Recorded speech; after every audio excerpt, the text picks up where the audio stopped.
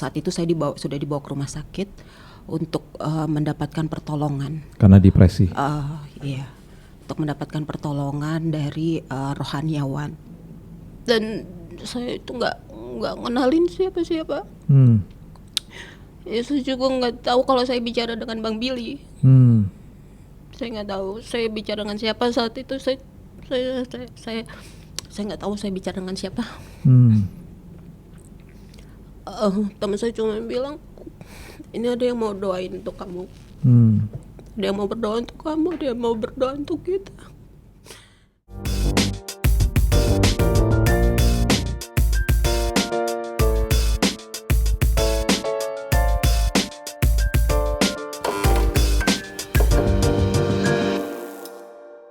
Sahabat kopi, kembali dengan saya Billy Lantang di Billy's Coffee Table, dan hari ini kita kedatangan tamu yang sangat istimewa, teman dekat saya yang very dear to my heart, dan dia memiliki kisah yang akan menolong, menjamah dan juga menyentuh hati kita, khususnya para ibu-ibu. Kenapa dan bagaimana dan apakah kisahnya, kita akan dengar langsung dari teman baik saya yang bernama Mariska. Hai Mariska, halo, apa kabar? Halo, luar biasa. Mariska, sebelum kita ngobrol-ngobrol, di depan kita ada kopi. Yes. Jadi kita seruput dulu kopinya. Enak banget. Kopinya tuh ini guys, ya. Ini dibawain teman gue dari Korea. Katanya di sana Blue Bottle Coffee ini enak banget. Blue Bottle Coffee, dan ini dia kopinya ya, enak banget, luar biasa, kemasannya simple, sederhana.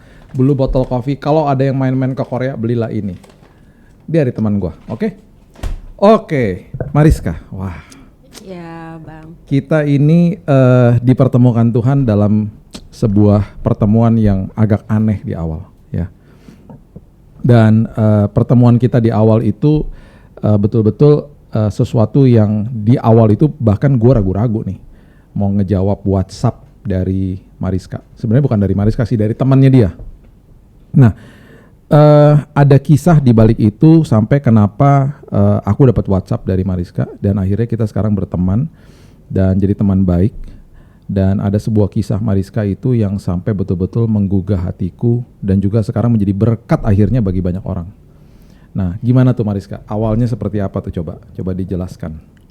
Ya, awal semuanya itu tahun 2021 akhir, Bang Billy ya. Itu ketika teman saya mencari pertolongan untuk menguatkan saya.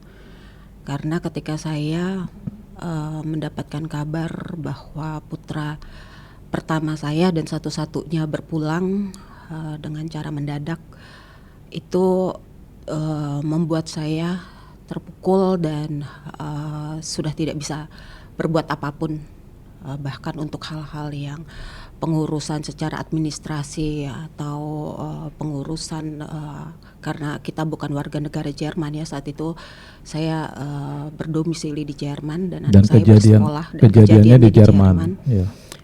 Di Düsseldorf. Jadinya saya melimpahkan kuasa ke teman saya untuk mengurus semuanya, termasuk juga dia melihat keadaan saya yang saat itu saya sudah dibawa ke rumah sakit untuk mendapatkan pertolongan. Karena depresi. Iya, untuk mendapatkan pertolongan dari rohaniawan. Dan kebetulan saya dan anak putra saya ini tidak tinggal satu tempat, satu kota. Jadi kami mencari pertolongan ke rohaniawan di tempat putra saya bersekolah itu, kami tidak mendapatkannya karena bukan wilayah kami. Gitu. Saya hanya mendapatkan dari tempat saya berdomisili saat itu. Dan teman saya mungkin melihat lebih baik kalau saya mendapatkan pertolongan dengan pastor atau rohaniawan yang memang sama dengan saya gitu, dari Indonesia. Dan dia tahu kalau saya sering nonton khotbah-khotbahnya Bang Billy gitu. Dia sering lihat, dan saya sering nonton dengan anak saya ini khotbah-khotbahnya Bang Billy. Padahal waktu saya sama anak saya di sana, saya sama sekali nggak kenal Bang Billy kan, gitu. Jadi saya tahu pun khotbahnya ya itu yang berseliweran di timeline YouTube saya aja, gitu. Dan kita memang nggak pernah ketemu. Sama sekali nggak pernah ketemu, sama sekali juga saya nggak kenal secara pribadi, betul-betul nggak tahu. Cuman itu memang yang sering kita tonton, dan teman saya suka lihat siapa sih yang ditonton gitu. Terus beliau berpikir bahwa Bang Billy itu orang asing gitu. Dia nggak berpikir orang Indonesia. Terus saya jelasin orang Indonesia begini-gini, ditanya kamu kenal? Enggak, saya bilang ya saya lihatnya di ini aja di YouTube. Gitu. Nah, lantas dia menghubungi dan apa namanya? Dia WhatsApp aku nih. WhatsApp, awal. Nah, iya kan, itu sesuatu yang agak betul-betul aneh karena Mariska seperti dikatakan tadi nggak pernah ketemu sama gua. Ya. Betul. Dan tiba-tiba temannya Mariska waktu mau menolong Mariska, dia mencari nomor telepon aku di HP-nya Mariska. Iya. Tiba-tiba ada nomornya. Iya. Jadi, karena dia nggak tahu menghubunginya gimana caranya kan. Gitu, bingung mau ngubungin lewat YouTube gimana caranya. Dia juga bukan orang yang main sosial media loh. Jadi dia bingung, dia inisiatif sendiri, dia cari sendiri gitu. Dan ketemu. Dan di situ ada dua nama Billy. Ada dua nama Billy. Saya nggak ngerti gimana karena saya saat itu kan dalam perawatan medis juga. Jadi saya nggak tahu. Pokoknya dia bisa kontak lah. Gimana ceritanya saya nggak ngerti. Dia bisa kontak dan dia cerita ke saya menemukan 2 nomor Billy. Terus saya cuma pilih 1 nomor Billy ini. Dan itu pun tidak dijawab. Memang saya sudah apa namanya ya hopeless lah gitu. Ya sudahlah kalau memang ternyata ini pun salah. Karena saya nggak tahu lagi harus cari pertolongan kemana gitu.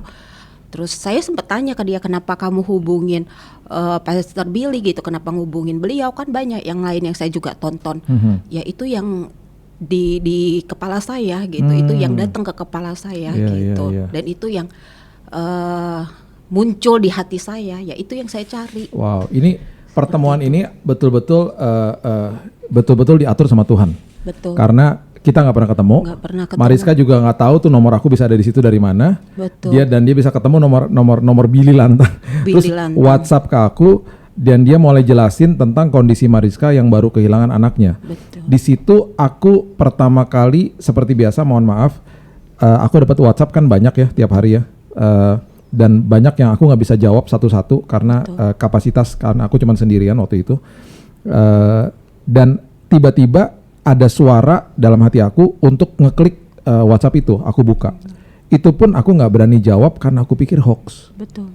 Karena ceritanya agak aneh. Dia bilang ini ada teman aku kehilangan anak, terus dia katanya suka nonton khotbahnya kamu, bisa nggak kamu kontak kita, terus kita ngobrol untuk menguatkan dia, kira-kira gitu isinya. Dan aku masih nggak bisa jawab di awal karena berpikir ini kok aneh banget, terus udah gitu kondisinya di Jerman lagi. Betul. Jadi mulai ngejelimet gitu loh kisahnya. Terus akhirnya gue jawab guys, dan di situ akhirnya singkat cerita kita ketemu, dan kita ketemunya itu lewat video call, video di WhatsApp, WhatsApp. Awalnya di WhatsApp, terus udah gitu sempat juga di Zoom. Ya, dan di situ aku nggak pernah lupa. Ketika ketemu dikenalkan sama temannya Mariska itu, Mariska nggak bisa ngomong. Mariska sama sekali betul-betul nggak bisa bicara. Temannya yang mewakili dia untuk berbicara sama aku waktu saat itu, karena Mariska dalam kondisi depresi berat, kaget berat karena anaknya baru saja meninggal, dipanggil Tuhan. Dan gimana tuh hatinya Mariska saat itu waktu akhirnya kita bisa ketemu, terus kemudian di awal pembicaraan kita tuh kondisi Mariska seperti apa? Yang saya bisa ingat yang teman saya katakan juga, telepon pertama itu sebenarnya Bang Billy kan via call ya, saya itu di rumah sakit Bang, gitu. Jadi saya ada di rumah sakit, di speakerin,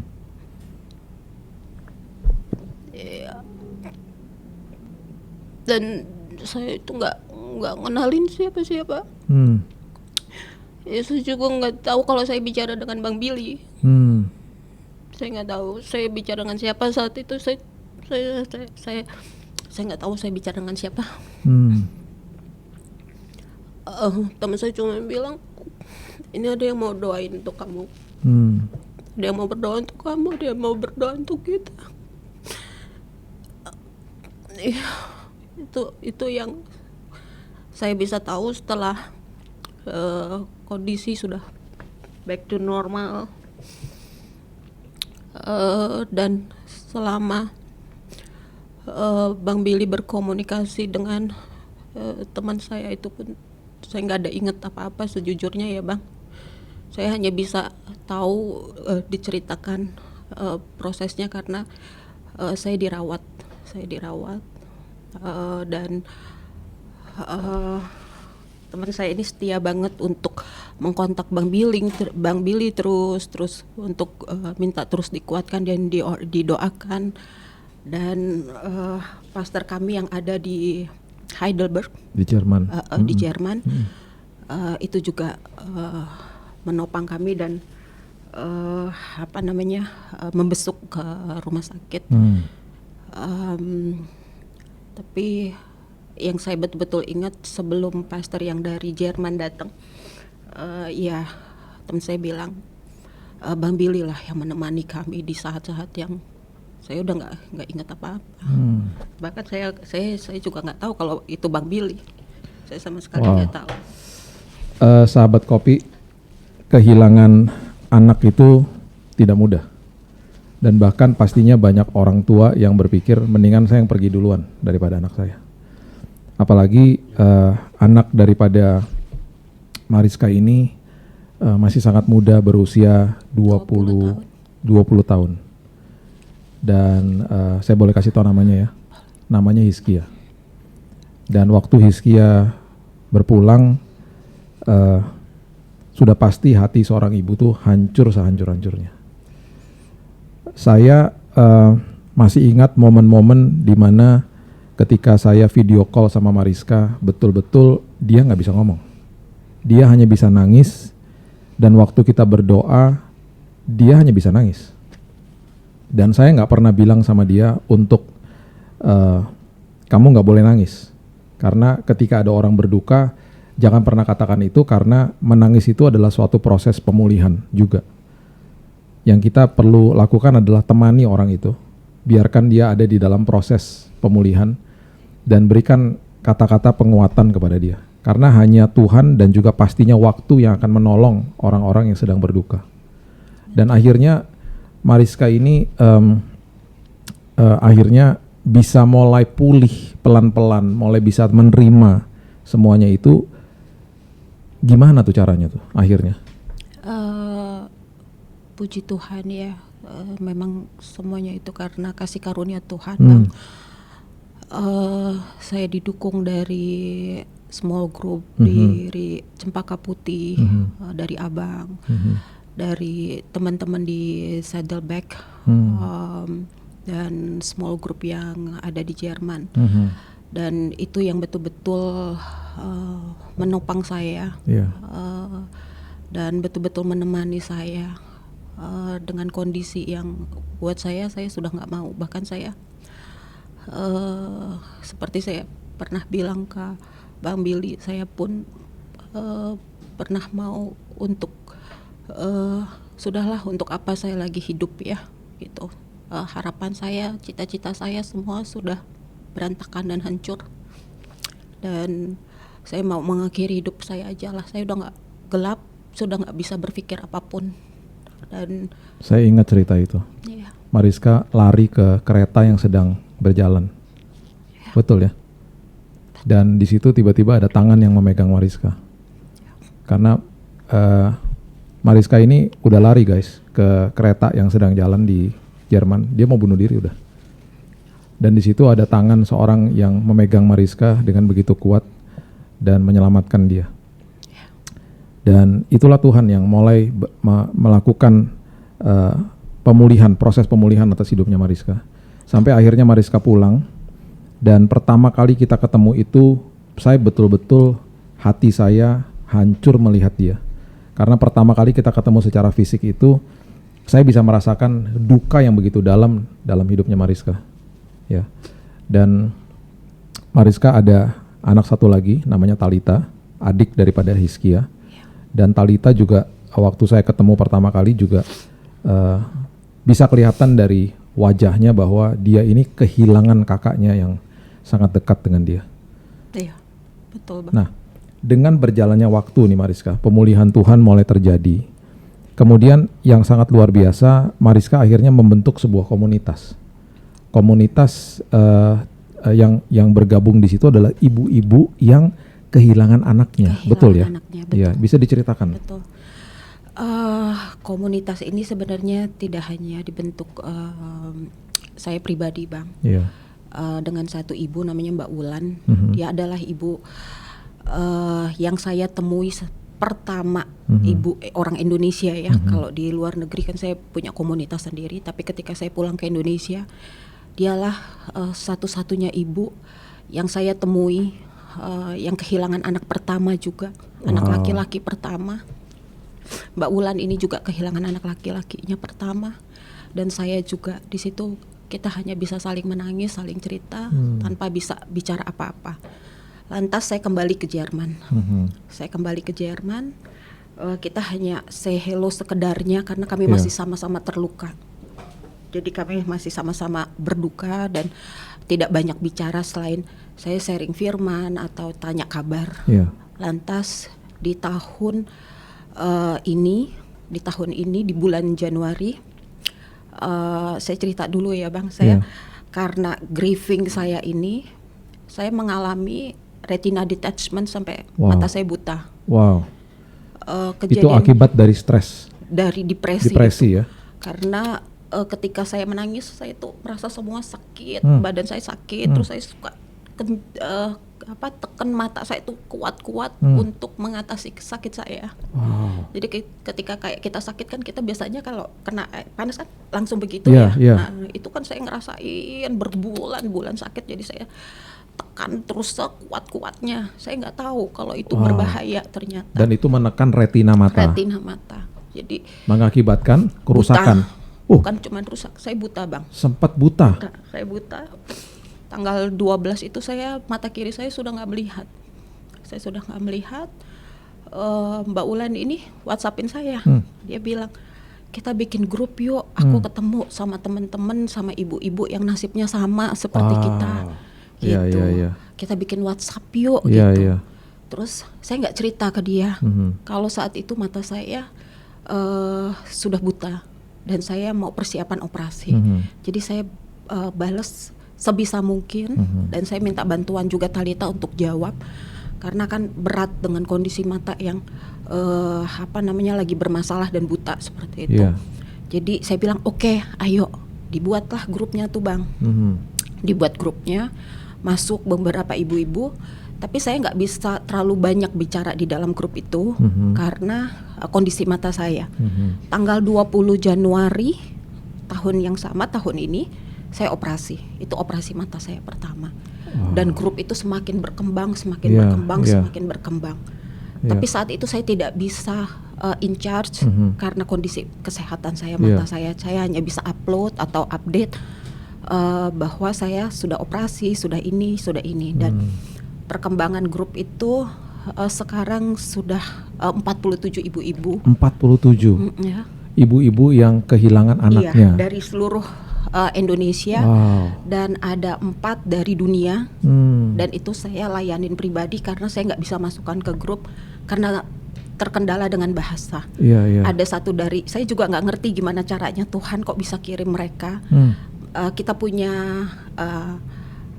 IG, punya IG, terus mereka nge-DM gitu, mereka men-DM, terus saya bilang ini ibu-ibu yang ada di Indonesia. Tapi saya nggak mau menghilangkan kesempatan, mereka perlu ditemenin. Jadi orang asing nih ya? Jadi ada orang asing, ada dari India, ada satu dari Cina, dan 2 dari Australia. Saya nggak ngerti gimana caranya, karena saya juga amazing ya? Iya, itu yang luar biasa banget. yang luar biasa banget karena mereka memang butuh. Terus saya bilang biasanya kalau yang untuk wilayah Australia umumnya pastilah ada. Karena kalau di luar negeri itu Bang, grieving group itu ada. Banyak. Jadi IG-nya apa nih yang pertama kali dibentuk namanya? IG pertamanya itu namanya Grieving Mothers Finding Hope Indonesia. Grieving Mothers Finding Hope Indonesia. Betul, Nah, Bang. terus kemudian sekarang sudah berubah sejak tanggal 14 Agustus jadi Victorious Mothers Indonesia. Jadi dari Grieving Mom, ibu-ibu yang sedang berduka, sekarang jadi Victorious Mom, ibu-ibu yang hidup di dalam kemenangan. Amin. Wah, dahsyat, keren. Luar biasa. Jadi kalau ada yang mau bergabung ya di situ ya, silahkan masuk ke sana, bisa di DM ya di situ ya, Mariska. Bisa nanti kontak di sana yang mengalami pengalaman yang sama, yang serupa, bisa ada komunitas yang bisa menolong dan juga menguatkan dan meneguhkan iman kita masing-masing. Dan kemudian nanti ada komunitas itu beberapa kali saya juga udah pernah diundang untuk ada di dalam kegiatan-kegiatan mereka. Iya, saya pernah ingat itu diundang bawa sharing firman di Zoom-nya. Di Zoom. Ya, terus kemarin juga kita mengunjungi panti asuhan. Ya. Jadi ini punya kegiatan-kegiatan yang saling menolong, saling menguatkan sesama ibu-ibu yang tadinya grieving sekarang victorious. Ya, ada kuasa di dalam ucapan kita. Mereka mengubah nama mereka menjadi Victorious Mom. Itu luar biasa sekali. Dan sekarang nih Mariska nih mukanya berubah loh. Dari pertama kali aku ketemu, walaupun sekarang kalau cerita pasti ada nangisnya, karena bagaimanapun juga sampai selama-lamanya kita akan selalu kangen sama Hizkia, pastinya. Saya juga masih kangen sama papa saya yang sudah pergi 13 tahun yang lalu. Tapi firman Tuhan mengatakan janganlah engkau berduka seperti orang yang tidak memiliki pengharapan. Karena di dalam Kristus ada pengharapan, bahkan kalau kita mengerti firman Tuhan dengan benar, kita ini anak Tuhan gak bisa mati. Istilahnya kita kalau meninggalkan dunia itu hanya berpindah tempat. Kematian sudah dikalahkan sama Kristus di kayu salib. Jadi kita berpindah tempat, kita dipanggil pulang ke rumah Bapa. Istilahnya markas besar. Ya, Hizkia sudah ada di pangkuan Bapa di sorga. Satu hari kelak kita akan ketemu sama Dia di sana. Jadi itu sebabnya kita pun hidup di dalam dunia ini hanya sementara. Alkitab katakan 70 kalau kuat 80 tahun, selebihnya bonus. Dan ini semuanya adalah persiapan untuk nantinya kekekalan. Ya, jadi kalau pesan saya kepada siapapun yang mungkin sedang berduka pada saat ini, ingat dan bayangkan kekekalan nanti. Berduka itu nggak apa-apa, itu patut dilakukan, itu juga proses pemulihan, tetapi jangan seperti orang yang tidak memiliki pengharapan, karena kita punya pengharapan yang luar biasa di dalam Tuhan. Apakah itu yang Mariska rasakan di dalam hati? Betul sekali Bang. Duka itu begitu sakit ya, dan nggak bisa dihindarin. Sampai mempengaruhi mata, sampai buta. Sampai kapanpun, mau caranya bagaimanapun, mau orang bilang healing kemana, cari sesuatu yang bisa menggantikan nggak mungkin kan, anak gitu. Jadi satu-satunya minta kekuatan di dalam Tuhan untuk berjalan terus di dalam grieving itu sampai kita bisa kembali melihat kebaikan-kebaikan Tuhan. Mungkin saat itu memang pastilah nggak mungkin lah kita langsung bisa bilang haleluya puji Tuhan, tapi diterima aja dulu.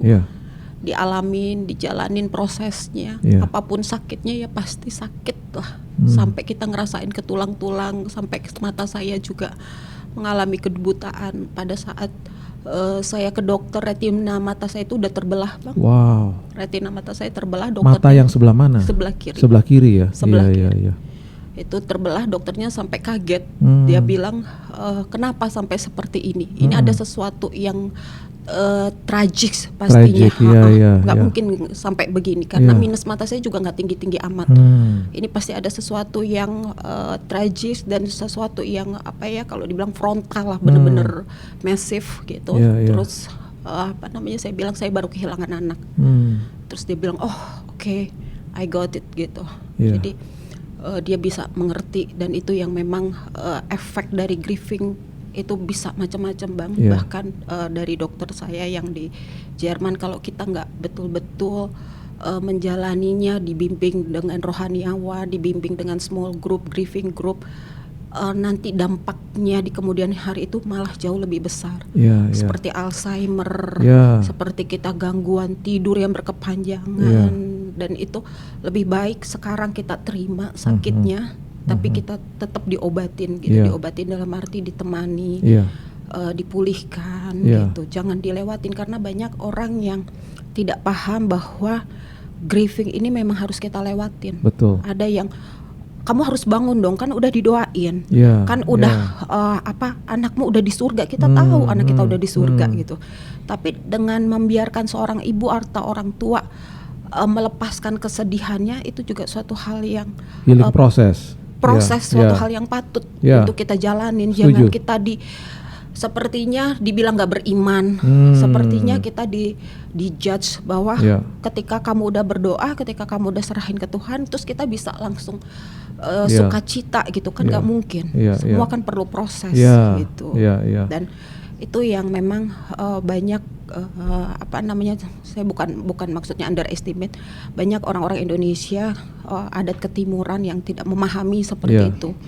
Jadi di grup grieving ini pun saya akhirnya mendengar masukan-masukan dan curhatan teman-teman bahwa mereka itu tidak bisa grieving karena keluarganya nggak bisa terima, mereka menangis terus, nggak bisa terima ke kuburan terus, nggak bisa terima. Padahal itu suatu hal yang normal kan, suatu hal yang normal ketika seorang ibu, bapak sekalipun loh, dia akan menangisi anaknya, gitu, nggak mungkin lah. Itu rasanya itu melihat nama anak kita di nisan itu kayak apa sih? Saya bilang begitu.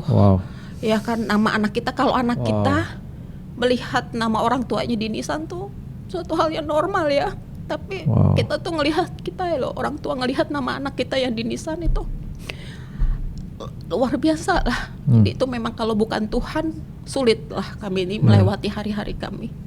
Sulit. Bahkan di grup kami ini Bang, ada yang anak satu-satunya dan sudah ditunggu 10 tahun dan berpulang gitu. Dan si ibu nih sampai kepahitan sekali dan bilang, di mana Tuhan Mariska?